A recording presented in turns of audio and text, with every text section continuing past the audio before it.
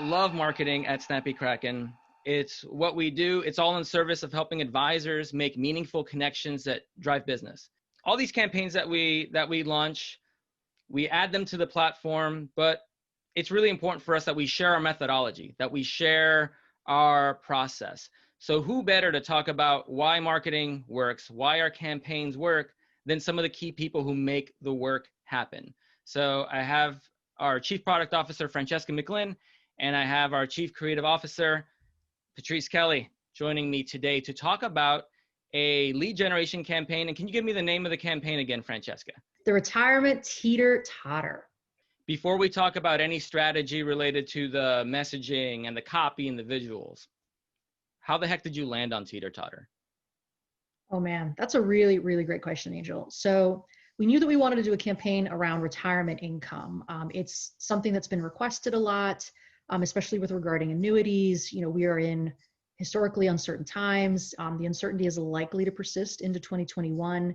And it's a topic that's of real concern for a lot of folks, you know, folks that are heading into retirement, maybe they just retired, maybe they're being forced into retirement, you know, how are they going to get their income? And the thing is, we also know that it's kind of a boring topic. And we knew we needed to find an interesting creative angle that would grab attention, that our design department could latch onto and create some great imagery. And so when we sat together in a writer's room, we sat there and thought about, you know, we thought about waves, we thought about fog, we thought about, you know, boats floating on the waves. And then somewhere along the line, we talked about, you know, this perfect idea of what goes up and down, and that's a seesaw or a teeter-totter. And that's not something that you see commonly. Typically, like you see cliched, trite ideas. I don't think in any campaigns that we've run or any campaigns that I've seen related to retirement or even uncertainty, I haven't seen teeter-totters.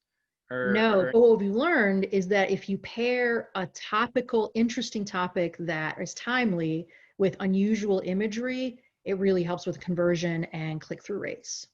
And there's two campaigns that come to mind when you say that. I think of the Social Security campaign that has a huge elephant's back and he's sitting on a bench or something on the cover. And I also think about the Retiring in Uncertain Times, which was featured in our first episode. Francesca, in the writer's room, you landed on the topic.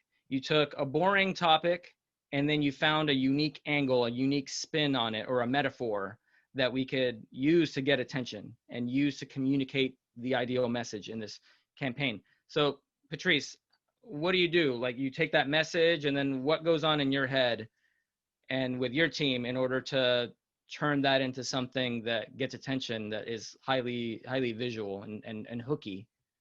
Sure. So one of the first things we always think about when we see the copy is, do we go out there in the concept like we did with Retiring in Uncertain Times, or do we stay within, you know, more of a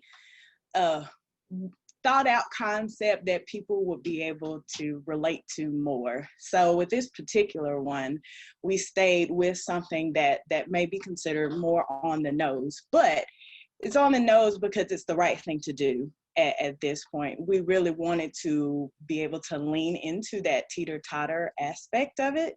So where the uniqueness comes in is, how do you display that? There's a lot of different ways to display that. You could display it with actual seesaw or teeter-totter imagery. You could display it through illustrations, but you have to play that line here. We have to make sure that we're, you know, keeping in mind the audience that we're talking to. So we don't want it to come off too, you know, kiddie or anything like that, but we do want it to grab attention. So that's where we started thinking about signage, things that really do, and colorful things that really do draw attention. So in that, we used the children's playground signage that is bright yellow and black, and taking with that the headline, where just the headline was the Retirement Income Teeter-Totter, and the subhead. But what we chose to do is to make it look very much like the playground sign and have that big steady at the top, because then that draws attention. We know that these people, they're going to see that retirement income, they're going to see teeter-totter, they're going to see steady. So these things, when we're thinking about pulling eyes around the page, they're going to see those things, and it's going to entice them to want to click on that and read more about it. Yeah, so it's interesting that you talk about how there's no one way to do a campaign. There's no one way to do visuals or to get attention. So sometimes you do go super, super on the nose with the topic, and other times you get a little bit more abstract. So, but you never want to be boring. So I guess the boring, if I were to transform this and water it down so much to where it really didn't have any meaning, I would probably just say, okay, cool, retirement campaign, retirement information. And then I would have a stock image of a 55 plus couple sitting at a desk, pointing at an advisor's computer screen inquisitively. Right. My retirement, but you went in a different direction here.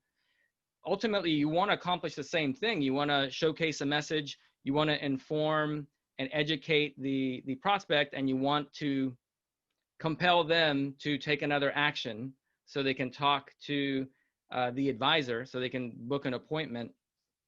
But there's a way to do that. You're not inventing anything new. You're just dishing it up in an interesting way. Is that a correct statement to make?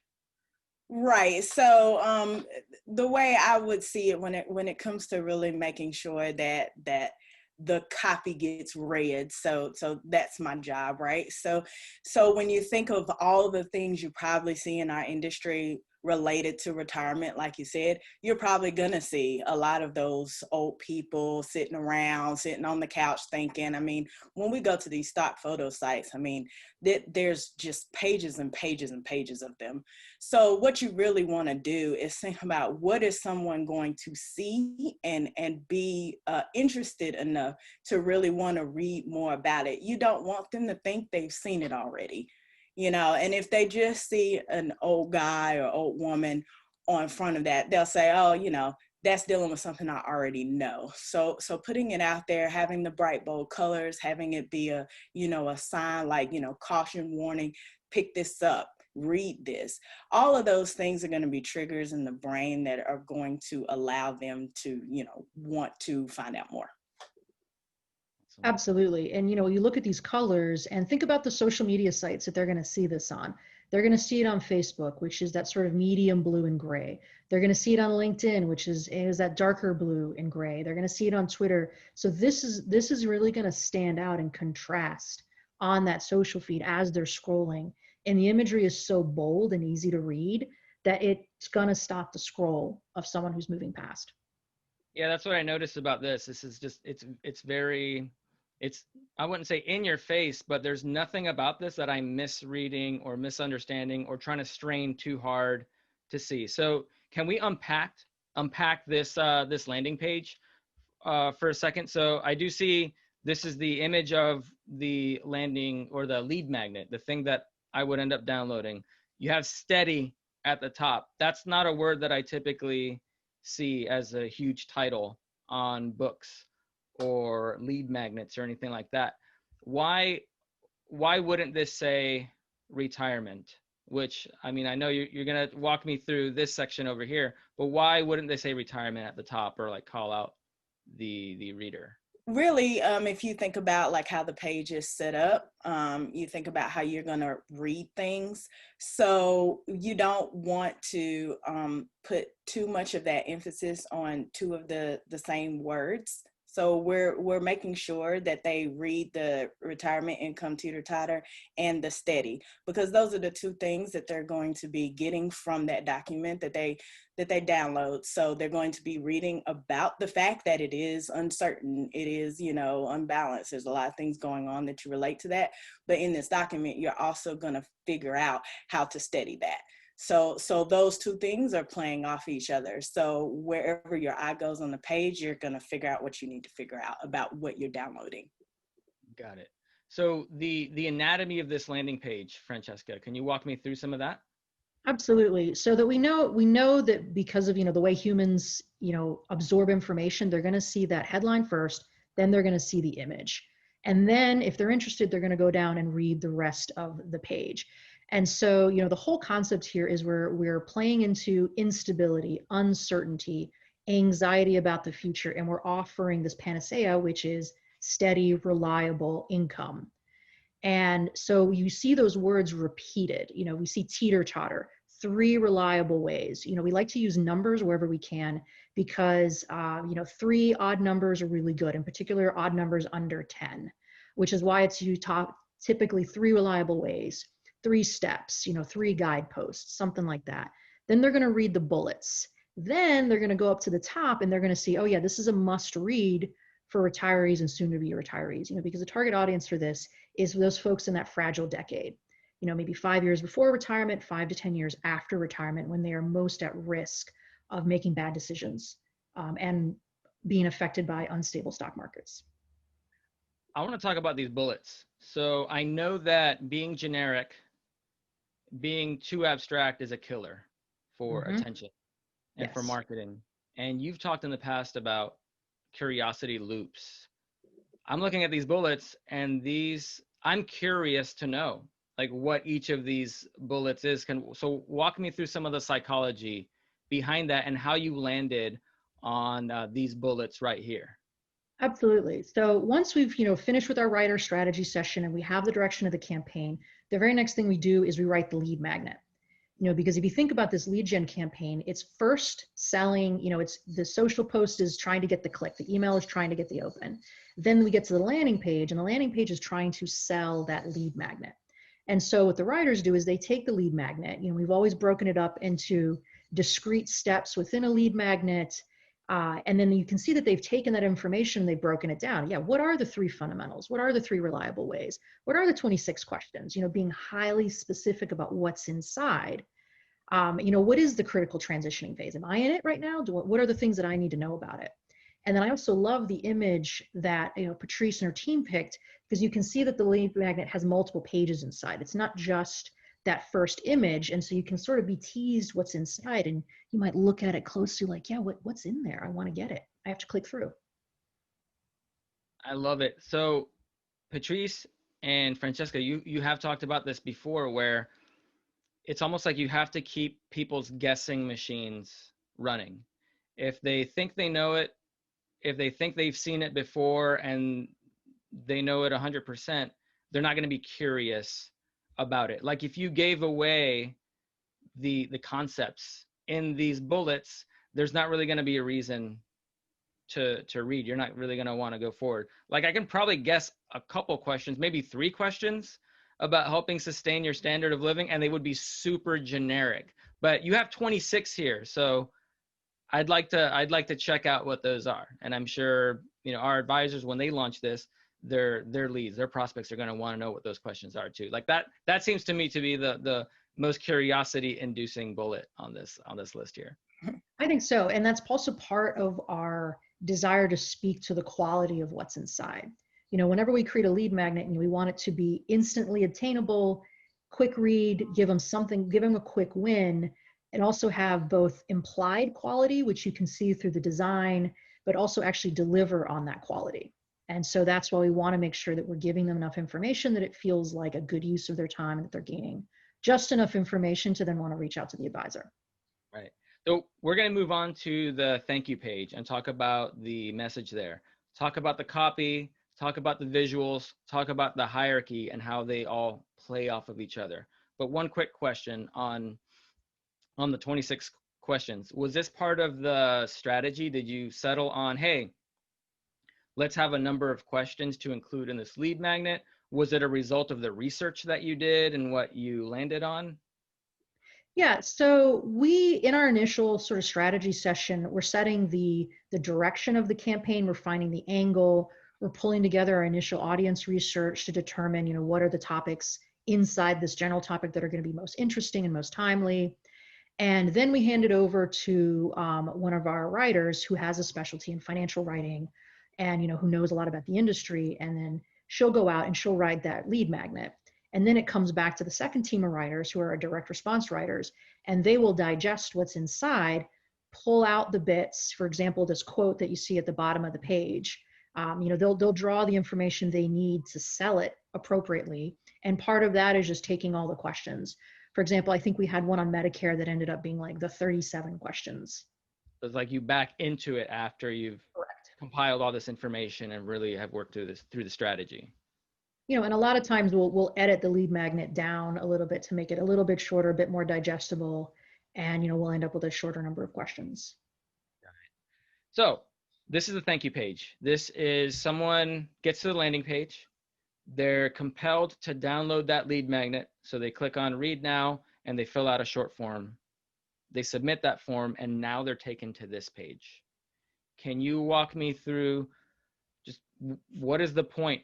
What's the point of this page? Absolutely. That's a question that we get a lot. A lot of advisors, they think, well, if somebody requested a lead magnet, can I just send them to the PDF? Can I just give them that? And, you'll actually see a lot of, other marketing companies, doing things like that. But the problem is the lead magnet is kind of a dead end in the sense that they can't click on anything and immediately take a next step. And ultimately we want these campaigns to act like a funnel where they're taking people in the top and then they're bringing them farther in closer to booking an appointment with an advisor. And so that's always why we send them to this Tripwire page, because it's immediately presenting them with two options. Option one, just read the PDF because that's what you're here for. And you can get that by clicking read now. Or if you already know that you want help, you want more information right now, go ahead and book this steady income session. And Patrice and her team do a really good job of setting up the design of the page to accomplish that. Yes, talk to me about the design, Patrice. So the flow, like how do people normally consume a page? And then how does that information affect the way you lay things out and prioritize different elements? Okay, so we did a lot of research when we were setting up these pages on how things like this convert the best. So of course we have the headline here that you're going to read first. The biggest thing really where the design decisions comes into play is the color of the buttons. So right now, at this point, you've already clicked that you want the lead magnet. So you can read now, but you see that button is gray over the booking the session is red. So this is a very important part. This is just like what Francesca was talking about. This is what we want them to be able to do. So that's why we make that button color more important. We already know they have already decided that they want to read. So now we want them to decide to book a session. So that's really where that color comes into play there, that button color. And then the other colors surrounding here, you'll see that we stuck with the yellow and black. That's to just, again, gain that continuity between the page you just left and the page you're on now. So that it's similar, like it would just be too jarring if it was something completely different. If I downloaded the lead magnet from that landing page and then I just get somewhere else and it's just like, okay, I'm disoriented now. What the heck is going on? Right. We don't want you to think that something has happened, that you're now somewhere else. Just like we talk about with branding and things like that, there's always a certain specific place where you want to have that information. That is not that you want to be able to build that visual continuity here. So this would not be the place to change colors. So Absolutely. what you're telling me is that this page doesn't happen by accident. Right. I've no, like you did not make an arbitrary decision to make this button read now in gray and then this button red and book now. Every decision we make really is based on how to get, the page to convert, how to get people interested. It's not just as we talk about Shirley with lots of other things. It's not just a color I liked or, even a color that fits. It is about what works within all the decisions that have been made thus far, and that will actually engage the user to make the decision we would like them to make. I love it. Being strategic, being mindful, being intentional. So as an advisor, so I'm looking at this page. I see this option here, the free one-on-one steady income session. I know this is an appointment. This is the holy grail. This is what I want. Why not lead with this? Why didn't the landing page just say, hey, get a free one-on-one steady income session with me? Click on this book now button. I'll see you tomorrow at 5. Like, why wouldn't you just cut to the chase? Well, you do have campaigns that position the appointment as the primary offer, but we consider those middle of the funnel campaigns. This is a top of funnel campaign. And what I mean by that is that folks that are getting this, folks that are going to be, interested in this, they're probably not going to be ready to book an appointment right away. They're in the information gathering, question answering, awareness building part of the funnel. And so we're simply giving them enough information to get their email address so that we can then present them with appointment offers. And in fact, once they download this, if they don't book the appointment right away on this page, they're getting follow-up emails that position the appointment as the answer to all their questions. Got it. So this isn't the only ask No. for an appointment. There's No, follow-up. because we know that most people are not going to book. We're really talking about three types of prospects, and that's who we build these campaigns for. We've got the fast movers. All you have to do is get out of their way, give them the appointment, they will book it, which is why we put it right here on this page. And even in the promo emails, we encourage them to hit reply so that, if they're ready to move right now, they can do that. Then we've got, the medium movers, the ones who they're probably maybe in the consideration phase. They're reading every word. They're thinking carefully about it. They're making decisions about what to do next. Those folks might book in a month. They might book in 3 months. They might book inside of a year. And then we've got the slow movers, the ones who might sit on your prospecting list for years. A lot of folks call those dead leads, and we hear about it all the time with our members. They sign up and suddenly out of the blue, somebody who's been a prospect for years suddenly raises their hand and say, hey, yeah, I'm ready to meet right now. All right, so everybody's different. Everybody has a different time frame, and it may not align 100%. It may not be flush with the advisor's timeline and time frame, but be consistent with your marketing. Market the right way in the right sequence. So you talked about top of funnel, you talked about middle of funnel. So really, you have to be really careful coming on way too strong and way too salesy and asking for too much too early on in the process. Is that right? Yeah, I think so. And, to what you just said, I can guarantee you that the prospect's timeline does not align at all with the advisor's timeline. The advisor's like, well, I want you to book an appointment right now. And, the prospect is they've got their own questions. They got their own questions. They've got their own issues. You have no idea what's happening in their life. And so all you can do is continue to put marketing campaigns in front of them until they find something to latch onto. So this is why it makes 100% sense to launch multiple types of campaigns. Make sure that you're consistently launching a top of funnel campaign. Make sure that you have your middle of funnel campaigns going on and your nurturing sequences. That way, whatever stage the people that are coming in, they get to just be a part of that marketing. They get to enlist, and to a point that we always talk about at Snappy Kraken, you will be more of a farmer rather than a gambler, rather than someone who's at a slot machine hoping that, maybe this time you're going to get your big break and cash in. Absolutely. Let's talk about kind of an email list situation here. You're coming in, you've got an email list. Maybe you have it segmented by age. Maybe that you have a list of retirees. Maybe it's from seminars that you've been running. Maybe it's from, an affiliate relationship that you have. You send them this campaign. You send them some of our other retirement-oriented campaigns. You get some folks that have opted in, or maybe they're coming in from a social post, or you're running advertising on this. They've opted in. They haven't booked an appointment right away. Move them into one of our prospect nurturing sequences that also offers retirement-oriented appointments. Go ahead and put them in that loop. Sign them up for your Visual Insights newsletter every month. Continue to put all that content in front of them. Send the timely emails, which are super personalized, and they're very personal. They very much sound like they're coming right from your desk. You never know what they're gonna respond to. There's something that really stood out to me when I was going over a walkthrough that our creative director, Lindsay Warden, was doing on illustrations. She does a lot of the illustrations on these campaigns. Were there any custom illustrations in this campaign? No. For this one, I actually drew the Teeter-Totter sign myself, and then found some other imagery to make with the retirement part with the suitcase and the hat. Okay, nice, Wow. nice. Didn't know that. So one of the things that she talked about that really stood out to me, she was walking through the process of illustration, the process of drawing. And she made this statement, like I haven't been able to shake it off. It really stuck with me. She said that there's working on the art and there's working on these visuals. And the point isn't about the visuals and the point isn't about the words. The point is the message.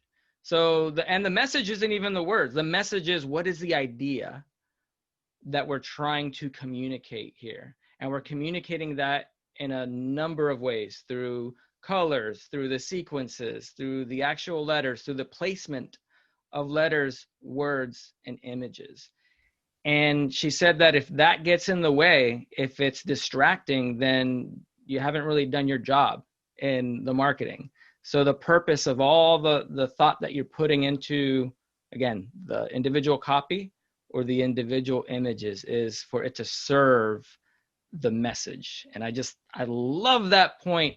And I see that thread just throughout all the campaigns that you're cranking out at Snappy Kraken. And I just want to thank you for being deliberate about that and not just trying to pursue your own fancy, because we've seen how marketing or campaigns can really fall apart and can be of disservice to the people who are launching those campaigns like that.